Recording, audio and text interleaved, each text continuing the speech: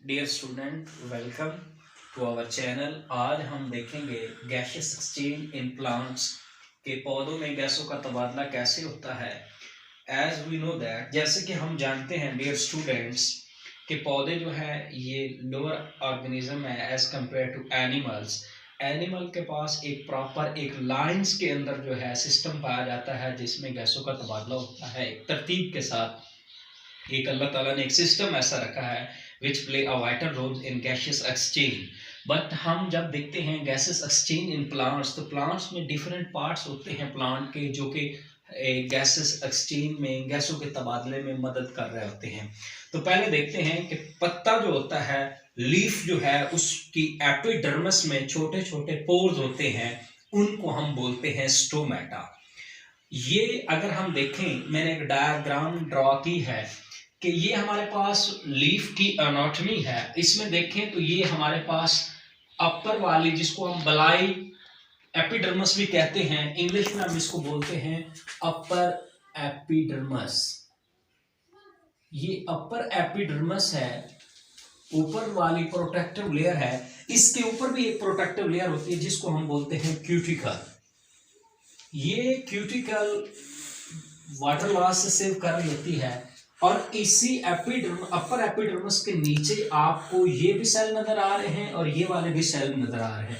दोनों सेल्स जो है इनको हम बोलते हैं मीजोफिल सेल्स। ये कहलाते हैं हमारे पास मीजोफिल सेल, जो कि फोटोसिंथेसिस वगैरह में अहम किरदार अदा कर रहे होते हैं, और गैसियस एक्सचेंज में भी। अगर हम ये नीचे का एपिडर्मिस देखें तो इसको हम बोलते हैं लोअर एपिडर्मिस। ये जो हमारे पास नजर आ रही है, लोअर एपिडर्मिस में बेसिकली छोटे छोटे सुराख होते हैं जिनको हम बोलते हैं स्टोमेटा। तो बेसिकली स्टोमेटा ही वो पार्ट होता है पौधे का that's play a vital role in gaseous exchange, जो कि गैसों के तबादले में अहम किरदार अदा कर रहा होता है। तो स्टोमेटा की मदद से पौधा जो है वो कार्बन डाइऑक्साइड को अंदर ले जाता है और ऑक्सीजन को बाहर निकालता है।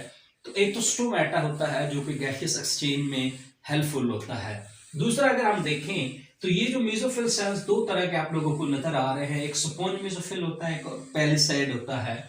इनमें यहां पर देखें तो आपको खाली जगह नजर आएगी, ये वाला।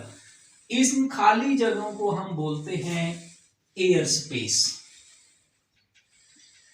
एयर स्पेसेस वो मेसोफिल के पार्ट होते हैं जो कि गैसेस एक्सचेंज में मददगार साबित होते हैं, गैसेस एक्सचेंज में हेल्पफुल साबित होते हैं। तो air spaces and mesophyll play a vital role in gaseous exchange.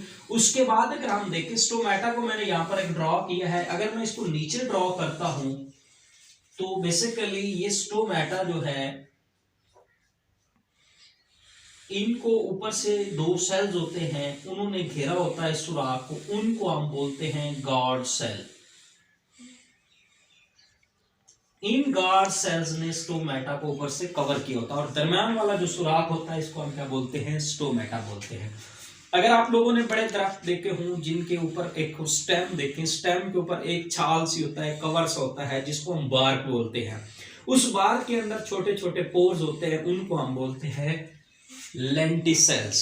The pores in the bark of the stem, this is called lenticels. ये जो lenticels होते हैं ये भी स्टोमेटा गैसेस एक्सचेंज में मददगार साबित होते हैं।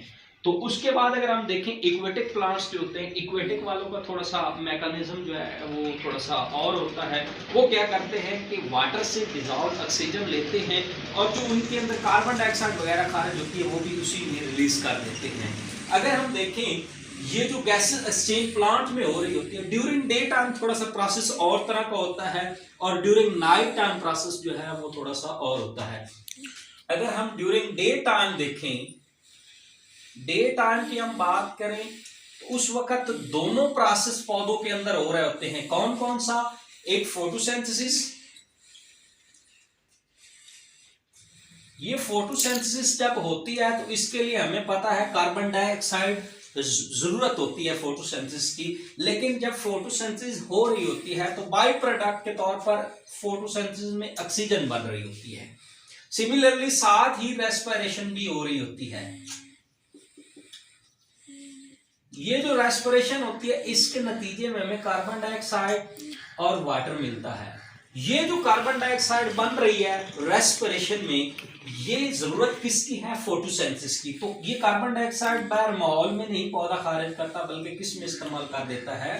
फोटोसिंथेसिस में। जबकि ये फोटोसिंथेसिस के रिजल्ट में जो ऑक्सीजन बन रही है डियर स्टूडेंट्स, वो रेस्पिरेशन के लिए बहुत जरूरी है, क्योंकि हमें पता है कि जब एरोबिक रेस्पिरेशन होती है तो उसके नतीजे में ज्यादा से ज्यादा एटीपी बनती है। तो ये वाली माहौल में खारिज नहीं होती, बल्कि कौन से प्रोसेस में इस्तेमाल हो जाती है? रेस्पिरेशन में। तो इस तरीके से ये साइकिल चलता रहता है कि फोटोसिंथेसिस के लिए जो कार्बन डाइऑक्साइड दरकार होती है वो क्या होती है कि वो कहां से आ रही होती है? रेस्पिरेशन से आ रही होती है। और रेस्पिरेशन के लिए जो ऑक्सीजन दरकार है वो कहां से आ रही होती है? फोटोसिंथेसिस से आ रही होती है। डियर स्टूडेंट, अगर हम ड्यूरिंग नाइट की बात करें, नाइट टाइम की बात करें, तो थोड़ा सा प्रोसेस उल्ट होता है। होता क्या है कि नाइट टाइम जो डियर स्टूडेंट ये होता है कि नाइट टाइम सिर्फ जस्ट रेस्पिरेशन हो रही होती है, और रेस्पिरेशन होने के नतीजे में हमें पता है कि कौन सी चीज खारिज होती है? कार्बन डाइऑक्साइड रिलीज हो रही होती है। कार्बन डाइऑक्साइड रिलीज हो रही होती है, तो वो कार्बन डाइऑक्साइड, क्योंकि मॉर्निंग में तो डे टाइम तो हमने देखा था ये कार्बन डाइऑक्साइड फोटोसिंथेसिस में इस्तेमाल हो रही थी, लेकिन नाइट टाइम क्या होता है कि यही जो कार्बन डाइऑक्साइड उधर इस्तेमाल हो रही थी वो कहां पर चली जाती है? इन्वायरमेंट में चली जाती है। इन्वायरमेंट में जब जाती है उसके बाद रेस्पिरेशन के लिए जो जरूरी होती है वो क्या होती है? ऑक्सीजन। तो ऑक्सीजन, क्योंकि उस वक्त तो फोटोसिंथेसिस हो नहीं रही, पौधा जो ऑक्सीजन है वो कहां से लेता है? इन्वायरमेंट से लेता है। सॉरी, ये O2 होगा। ऑक्सीजन पौधा नाइट टाइम कहां से ले रहा होता है? इन्वायरमेंट से ले रहा होता है। और कार्बन डाइऑक्साइड किसको दे रहा होता है? इन्वायरमेंट को दे रहा होता है। This is called gaseous exchange in plants.